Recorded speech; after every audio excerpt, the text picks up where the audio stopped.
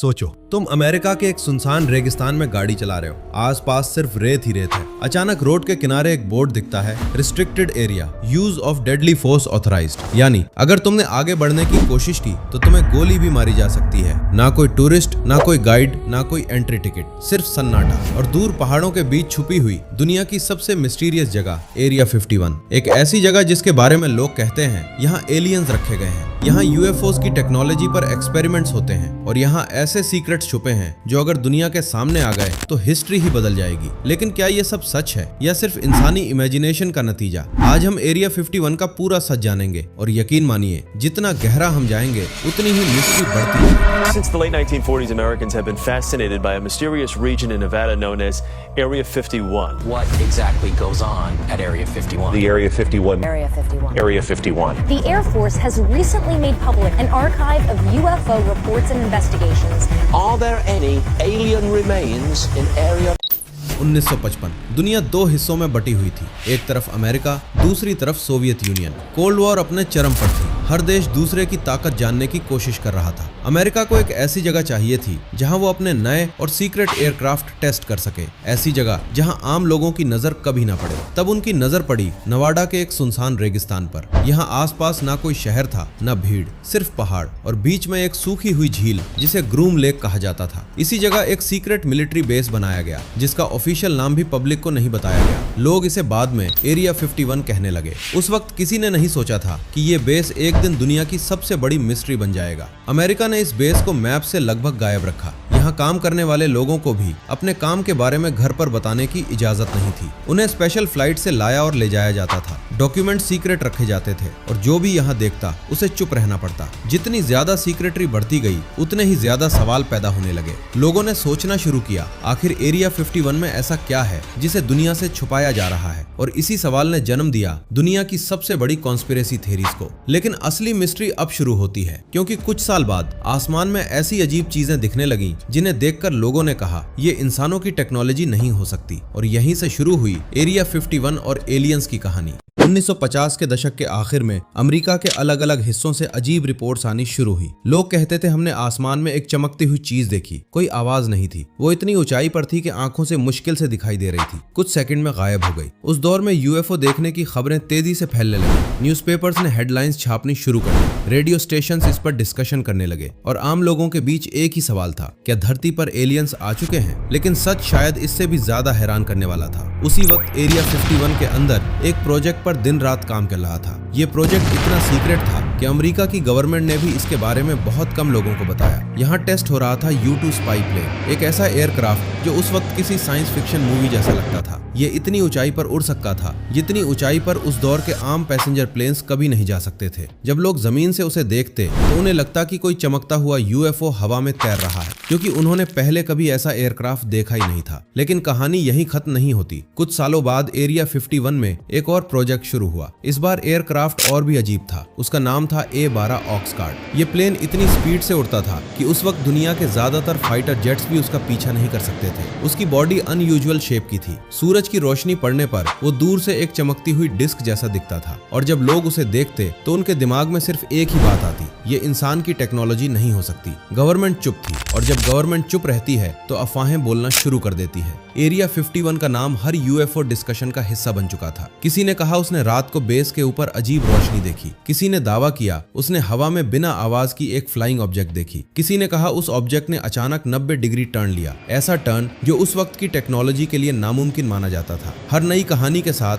Area 51 और भी mysterious बनता गया। फिर एक दिन एक आदमी सामने आया, उसने टीवी इंटरव्यू दिया और जो उसने कहा उसने पूरी दुनिया को हिला दिया। उस आदमी का नाम था बॉब लेजर। उसका दावा था कि उसने एरिया 51 के एक सीक्रेट सेक्शन में काम किया है और वहां एलियन स्पेसक्राफ्ट पर एक्सपेरिमेंट्स होते हैं। उसने कहा गवर्नमेंट उन यूएफओस की टेक्नोलॉजी को समझने की कोशिश कर रही है ताकि उससे नए वेपन्स और एयरक्राफ्ट बनाए जा सके। was to back engineer the alien craft. I went into the hangar door and in the hangar door was the disc, the flying saucer.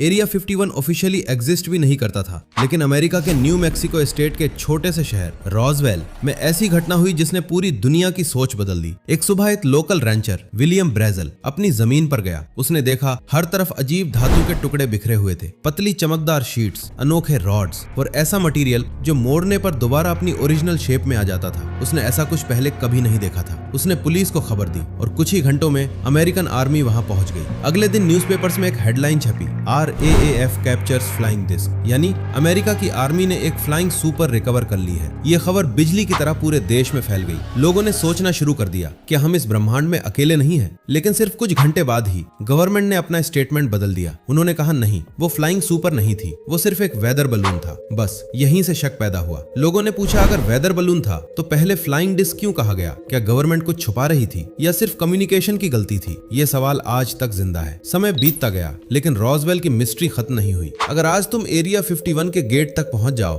तो तुम्हें सबसे पहले एक वार्निंग बोर्ड नजर आएगा, no trespassing, use of deadly force authorized, यानी बिना इजाजत एक कदम भी आगे बढ़ाना बहुत भारी पड़ सकता है। दूर पहाड़ियों पर कैमरास लगे हुए हैं, हर मूवमेंट पर नजर रखी जाती है। काले रंग की SUVs जिन्हें लोग कैमो डूड्स कहते हैं अक्सर आसपास पेट्रोल करती दिखाई देती हैं। और एरिया 51 के ऊपर का एयर स्पेस दुनिया के सबसे रिस्ट्रिक्टेड एयर स्पेस में से एक माना जाता है। सवाल उठता है आखिर इतनी सिक्योरिटी किस लिए? 2013 में पहली बार अमेरिका की CIA ने ऑफिशियली माना कि एरिया 51 एक रियल मिलिट्री टेस्टिंग फैसिलिटी है। डीक्लासिफाइड डॉक्यूमेंट से पता चला कि यहाँ U-2 स्पाई प्लेन और बाद में कई सीक्रेट एयरक्राफ्ट टेस्ट किए गए थे। यानी एक बात तो सच थी, एरिया 51 में सालों तक ऐसी टेक्नोलॉजी बन रही थी जिसके बारे में आम लोगों को कुछ पता ही नहीं था। और जब लोगों ने आसमान में उन अजीब एयरक्राफ्ट को देखा तो बहुत से लोगों ने उन्हें UFO समझ लिया। लेकिन एक सवाल आज भी बिना जवाब के है,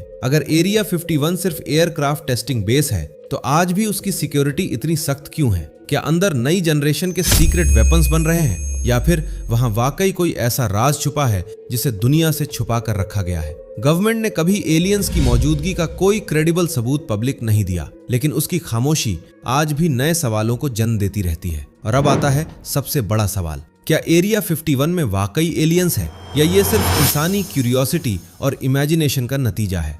एरिया 51 एक नाम जिसे सुनते ही दिमाग में UFOs, एलियंस और सीक्रेट एक्सपेरिमेंट्स की तस्वीर बन जाती है। लेकिन जब हम सारे फैक्ट्स को एक साथ रखते हैं तो तस्वीर थोड़ी अलग नजर आती है। हाँ, ये बात सच है कि एरिया 51 एक सीक्रेट मिलिट्री बेस है। यहाँ दुनिया के सबसे एडवांस्ड एयरक्राफ्ट और डिफेंस टेक्नोलॉजी पर काम हुआ है। इसी वजह से इसकी सिक्योरिटी आम मिलिट्री बेसिस से कहीं ज्यादा सख्त है। लेकिन क्या एलियंस का कोई पक्का सबूत मिला है? आज तक नहीं। न कोई वेरीफाइड फोटो, न कोई साइंटिफिक रिपोर्ट, न कोई ऑफिशियल डॉक्यूमेंट जो ये प्रूव कर सके कि एरिया 51 में एलियन बॉडीज या एलियन स्पेसक्राफ्ट रखे गए हैं। तो फिर लाखों लोग आज भी इस पर यकीन क्यों करते हैं? जवाब बहुत सिंपल है। जब किसी जगह के बारे में इंफॉर्मेशन कम होती है तो इमेजिनेशन उस खाली जगह को भर देती है। 1950 के दशक में लोगों ने आसमान में सीक्रेट स्पाई प्लेन्स देखे और उन्हें UFO समझ लिया। गवर्नमेंट ने प्रोजेक्ट्स को सीक्रेट रखा और सीक्रेटरी ने रूमर्स को जन्म दे दिया। फिर रॉसवेल की कहानी आई, बॉब लजार के क्लेम्स आए। इंटरनेट और हॉलीवुड ने इन स्टोरीज को और भी मशहूर बना दिया। धीरे धीरे एरिया 51 सिर्फ एक मिलिट्री बेस नहीं रहा, वो दुनिया का सबसे बड़ा मिस्ट्री सिंबल बन गया। शायद एक दिन गवर्नमेंट और फाइल्स पब्लिक करे, शायद एक दिन सच सामने आ जाए, या शायद एरिया 51 अपने राज हमेशा के लिए रेत और पहाड़ों के बीच छुपा कर रखे। और इसी वजह से दुनिया का सबसे सीक्रेट बेस आज भी दुनिया की सबसे बड़ी मिस्ट्री बना हुआ है। लेकिन असली सवाल अब तुम्हारे लिए है, अगर कल गवर्नमेंट ऑफिशियली अनाउंस करे कि हमने एलियन लाइफ डिस्कवर कर ली है तो क्या तुम यकीन करोगे या तुम्हें लगेगा कि असली सच अभी भी हमसे छुपाया जा रहा है? अपनी थ्योरी कमेंट्स में जरूर बताओ। और अगर तुम्हें ऐसी ही मिस्ट्री और हिस्ट्री डॉक्यूमेंट्रीज पसंद हैं तो चैनल को सब्सक्राइब करना मत भूलना, क्योंकि अगला राज शायद एरिया 51 से भी ज्यादा खौफनाक हो सकता है।